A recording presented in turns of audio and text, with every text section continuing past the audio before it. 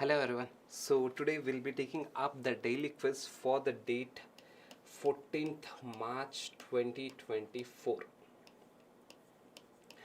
So before getting into the actual discussion regarding the daily quiz, there's a very small announcement that is regarding the workshop that would be conducted this weekend on the topic of how to prepare for UPSC for 2025. So all the details regarding the workshop is given in the description box below, so kindly go through it. So now let us get into the discussion mode. That is the first question. Let us take up the first question.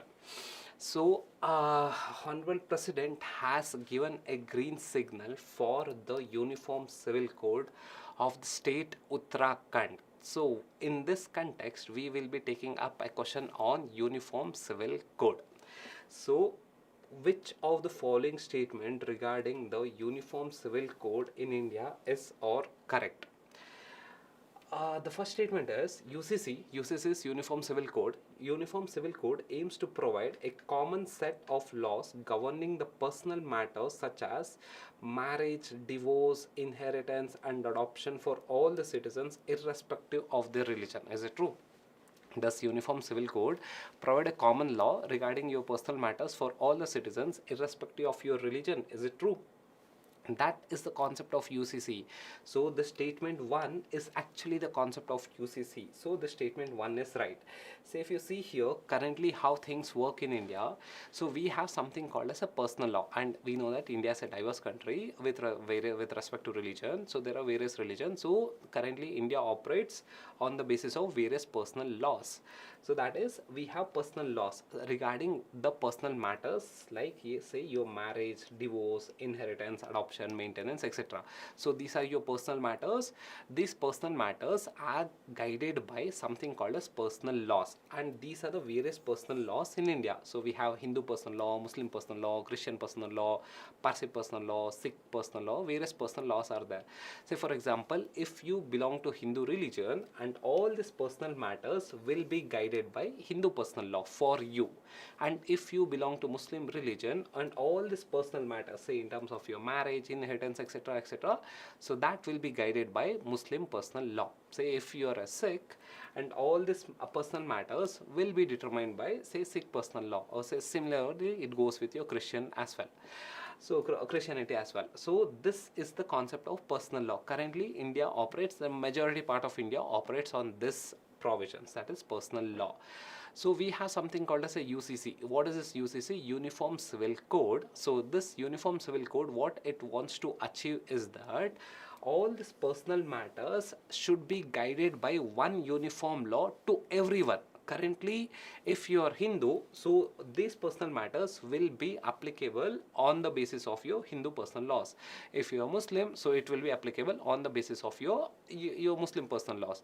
So UCC aims to provide a standard law, a uniform law for everyone regarding these personal matters irrespective of your religion. So that is the concept of your UCC. So as a reason, the statement 1 is absolutely right. Is it clear? So next statement is UCC is a provision enshrined in the fundamental rights of Indian Constitution. Is UCC a fundamental right? No, UCC is not a fundamental right. UCC is a part of your DPSP. DPSP, and in DPSP which article? Article number 44. UCC is under article 44. The article 44 says that the state, that is the state or the government or the state must roll out UCC. So that is the crux, that's the crux of your article 44. So UCC is not a fundamental right, it's not FR. UCC is your DPSP, so under article 44. So this statement is absolutely wrong. So the Uniform Civil Code has been uniformly implemented across all the states of India since the country's independence, or say since India's independence. Is it true? Is UCC is available in all the states? No. UCC was there in Goa earlier. Now we have it in Uttarakhand. So majority of the states doesn't have UCC. So this statement is wrong. So the answer would be C. C is the answer. That is, only statement 1 is right. Is that clear? So now let us go to the next topic. So Next topic is again election commission. Again, election is the flavor of the season. So if you see the newspaper every day, there is some or the other article regarding the election commission and the election commissioner. Recently, the election commissioner also resigned. So you get articles regarding election commission a lot in the newspaper. So in this context, so what happened recently, we know that Mr. Goel, who was an election commissioner earlier, he resigned. He resigned from the post of election commissioner. So this election commissioner post is vacant. Now the government intends to fill this vacancy for the post of election commissioner. So in this context, someone has filed a plea to review the procedure through which government is appointing this election commissioner. So in this context, we had one article, and even Honorable Supreme Court has also agreed to hear this plea. So in this context, we'll be taking up this question. So consider the following statement regarding the appointment of election commissioner. So regarding the appointment of election commissioner. So this is appointment of election commissioner. So the President of India appoints the chief election commissioner and the election commissioners based on the recommendation of Chief Justice of India. Is it true? Does the President appoint the election commissioner on the basis of the recommendation by CJI, Chief Justice of India? No, this is wrong. This statement is wrong. So earlier what happened? So we know that our constitution under Article 324, that is Article 324 in Indian Constitution, doesn't provide any procedure to appoint the election commissioner or the chief election commissioner. So as a notion, we were since independence, we were appointing the election commissioner by the government. So the government used to recommend to the president, and the president was appointing the election commissioner and the chief election commissioner. So what happened? There was a case that was lodged in the Supreme Court, that was your Anup Baranwal versus Union of India. In that case, Supreme Court ruled that if you have to appoint the chief election commissioner or the election commissioner, so you have to set up a committee, and the committee should have the prime minister, Chief Justice of India, and the LOP, leader of opposition in Lok Sabha. So these three members will select one candidate, and this candidate will be appointed by the Honorable President. So this was the ruling in the Anup Baranwal judgment, and the judgment told that as long as the parliament doesn't make a proper procedure regarding the appointment of the election commissioner or the chief election commissioner, we will have to follow this judgment. So what happened after this judgment? So the parliament passed an act. So the name of the act is the Chief Election Commissioner and Other Election Commissioners Appointment, Conditions of Services and Terms of Office Act. So this act was passed by the parliament recently. As per this act, the appointment of the election commissioner procedure is given properly. So there is a selection committee. This selection committee will have prime minister, will have one cabinet minister who is selected by the prime minister, and will have LOP or the leader of the largest opposition party in Lok Sabha. If you consider, this is the selection committee. So in the Supreme Court case, this was the selection committee, that is your prime minister, chief justice, and your LOP. So in the act, they removed the chief justice was removed, and in the place of Chief Justice of India, your one union cabinet minister was placed. So this selection committee will select one candidate, and this candidate will be appointed as the election commissioner by the Honorable President. So this is the procedure. So again here, so the statement 2, that is the Constitution of India mandates the appointment of at least 2 election commissioners, and there can be a maximum of 4 election commissioners at any given point of time. The Constitution of India doesn't describe anything regarding the appointment procedure or anything. So this statement is also wrong. So the answer is D. Now how many election commissioners have to be there? That would be determined by the president. That is, the president will fix the number of election commissioners from time to time, not the constitution. As per this act, it is the president who is going to fix the number of election commissioners from time to time, not the constitution. So the answer is D. So now we'll take up the next question. So we had one wonderful article regarding the education in today's Hindu newspaper. So in this aspect, we will consider the question. Consider the following statement regarding the ASER report. That is your annual status of education report. Annual status of education report. This is something like your mother of all the reports regarding the education sector in India. So this is your ASER report. ASER, in this context, ASER is conducted by, that is the statement 1, ASER is conducted by Ministry of Education, Government of India in collaboration with various international organizations. Is it true? Is the ASER report rolled out by the Government of India, that is Ministry of Education? No. ASER has nothing to do with your Government of India report. So ASER is given by an NGO called as Pratham. So Pratham is the NGO that rolls out this report. That is your ASER report. ASER report has nothing to do with your Government of India report. Okay, so ASER report is given by your NGO called as Pratham. So this statement is wrong. Statement 2, again, ASER is an annual survey that assesses the status of education learning outcomes among the children in India. True, the crux of ASER report is to assess the education status among the Indian children and their learning outcome. That is the essence of this ASER report. That's what the ASER report finds out. So this statement is right. So statement 1 is wrong, statement 2 is right. So the answer would be B. So B is the answer. Is it clear? So this was the recent ASER report, and again the crux of ASER report is that it assesses the overall education status in India and the learning outcome among the children in India. So this is the crux of your ASER report. Is it clear? So now we'll go to the next question based on another very good article in today's newspaper, that is regarding the ecotourism. But however, this ecotourism concept, this article dealt mainly with the Karnataka state, but however in the question we'll take up the broad concept of ecotourism as such, not just focus on Karnataka specific. Is it clear?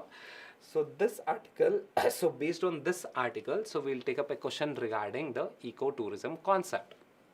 Consider the following statement regarding ecotourism. So regarding this ecotourism. So the statement 1, ecotourism relies heavily on the infrastructure development like luxury resorts in natural areas to attract tourists. Is it? No, this is exactly antithetical to ecotourism concept. Ecotourism doesn't rely on heavy infrastructure development. See, ecotourism means this is a simple concept. So ecotourism means it is a simple concept where the tourism will not hamper the environment. At the same time, your tourism should help the localites. Two aspects in ecotourism. One aspect is the tourism, the activities of tourism, that is the tourism as a service, should not impact the environment, or say should not impact the forest area or water environment. At the same time, this tourism should support the localites. When these two concepts are married, or say comes together, that concept is called as ecotourism. Is it clear? So as a reason, ecotourism doesn't depend heavily on infrastructure, because if we have heavy infrastructure, it's going to damage your environment. So if it damages your environment, then how can we call it as an ecotourism? Ecotourism means the tourism activities that should not damage the environment. At the same time, it should support the localites. That entire concept is called as ecotourism. So this statement is wrong. So it is what is the opposite of ecotourism? We call it as over tourism or mass tourism. So these are the opposites of tourism, ecotourism. So this statement 1 is wrong. What about statement 2? Statement 2, that is ecotourism can be a potential tool for elevating poverty in the regions rich in biodiversity. Is it true? Can ecotourism elevate the poverty among the localites in the region having rich biodiversity? Yes, that is the concept of ecotourism. So what happens when under the concept of ecotourism, when the tourists visit any place, so they will generate income for the localites, say in terms of tourist activities. The localites can be the guide for the tourist, or say they can sell their handicraft products, or say to the tourist, or say the localites can provide their homes for homestays. So ultimately what will happen, this will generate income for the localites. So this will help in, if incomes are generated, this will help in the elevation of poverty. So the statement 2 is also absolutely right. Is it clear? What about statement 3? So statement 3, ecotourism promotes responsible travel to natural areas that conserve the environment and sustain the well-being of the local community. This is the crux of ecotourism. Ecotourism, two concepts. On one side, your tourism activities should not damage the environment, rather it should help in the conservation of environment. On the other side, your tourism activities should help the localites. That is, your tourism activities should not damage the environment. Your tourism activities should help the localites. This two concepts merged together, that is called as your ecotourism concept. So this statement is also right. So statement 2 and 3 is right. So the answer would be B. B is the answer. Is it clear? Now, we'll go to the next question, that is your previous year question. So the previous year question 2021. Consider the following statement: the governor of the Reserve Bank of India is appointed by the central government. Is it true? Is the governor appointed by the central bank, or is the governor appointed by the central government, union government? Yes, that is true. See, the governor, that is the RBI governor, is not some constitution post. It is just a post that is appointed by the central government. So this statement is absolutely right. So the second statement, that is certain provisions in the Constitution of India gives the central government right to issue directions to the RBI in public interest. No, see, the Constitution doesn't even recognize a post, something called as finance minister. Okay, so how will the Constitution, how can you think that the Constitution has the provision that would identify some powers of the central government to give orders to the RBI governor? No. Constitution doesn't even recognize a post, something called as finance minister. It just tells general minister as such, nothing specific to finance also. So this statement is also wrong. Constitution doesn't tell anything regarding, doesn't have any provisions regarding, so regarding the powers to the central government to give directions to the RBI governor. No. So statement 2 is wrong. So what about statement 3? So statement 3 is that RBI, that is the governor of RBI, draws his powers from the RBI Act. Yes, this is absolutely true. The governor derives his powers from the RBI Act. So the statement is right. That is 1 and 3 is right. So the answer is C. Is it clear? Fine. So now the last topic of the day, that is the fact of the day. So the fact of the day is your circular economy. So what is circular economy? So circular economy is one of the economic model.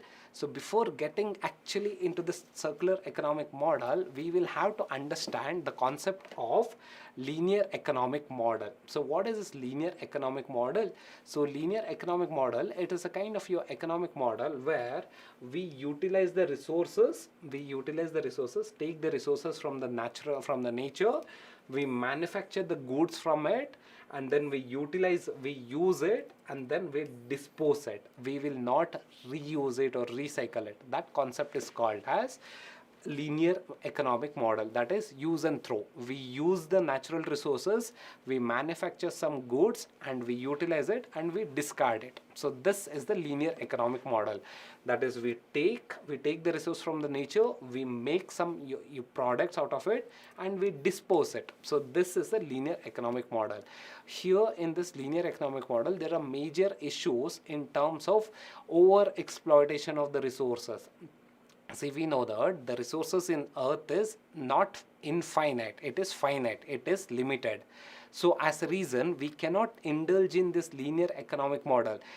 We will not have infinite resources in the nature. It is not that every time we can take the resource from the nature, make it, use it and dispose it. So that is not a viable option. So linear economic model is not a viable option. So the alternative model for this linear economic model is your circular economic model. Circular economic model. So what is a circular economic model? Here we emphasize on the minimization of the waste. See, in the linear economic model, what are the waste that is generated? We dispose it. So in the linear economic, in the circular economic model, the main agenda, the main crux is that we will have to minimize the waste and utilize the resources in the most prudent way, in the most sustainable way. So that concept is called as your circular economic model.